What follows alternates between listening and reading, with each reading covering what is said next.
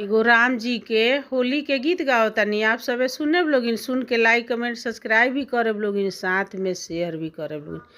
सिया चलिया धावा के ओर होलिया खेले राम जी लाला।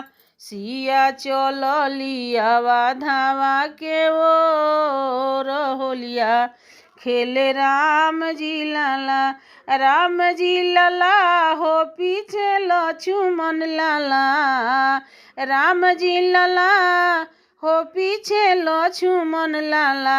जैसे सिया जी के हो जैसे सिया जी के हो जैसे सिया जी के चुंदरी के कोर होलिया खेले राम जी लाला।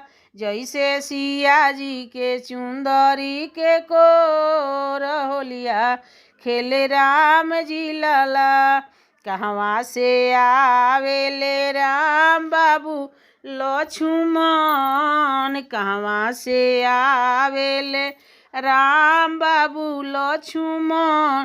कहवा से भोला रंग रे जहो, कहवा से भोला रंग रे जहोलिया खेले राम जी लाला।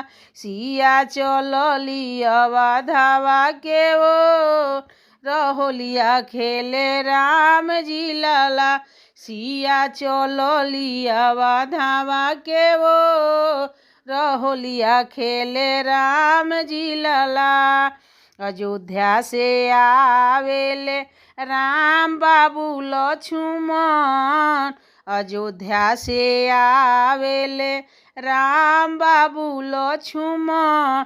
काशी से भोला रंग रे जहो, काशी से भोला रंग रे जहोलिया खेले राम जी लाला।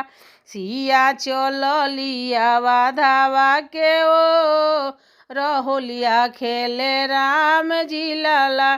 सिया चलिया धावा के ओ रहोलिया खेले राम जी लाला। के कर भीजेला माथ के पगोरिया, के कर भीजेला माथ के पगोरिया।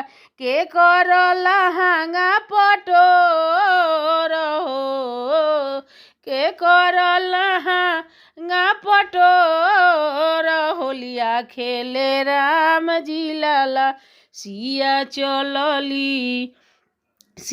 चलिया धावा के ओ रहोलिया खेले राम जी लाला।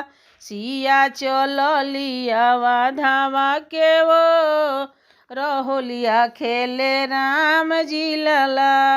राम जी के भीजेला माथ के पगोरिया, राम जी के भीजेला माथ के पगोरी। सीता के लहंगा पटोर हो, सीता के लहंगा पटोर होलिया खेले राम जी लाला। सिया चलिया धावा के ओ रहोलिया खेले राम जी लाला। सिया चलिया धावा के ओ रहोलिया खेले राम जी लाला। आप सभी गाना सुनने के लिए धन्यवाद।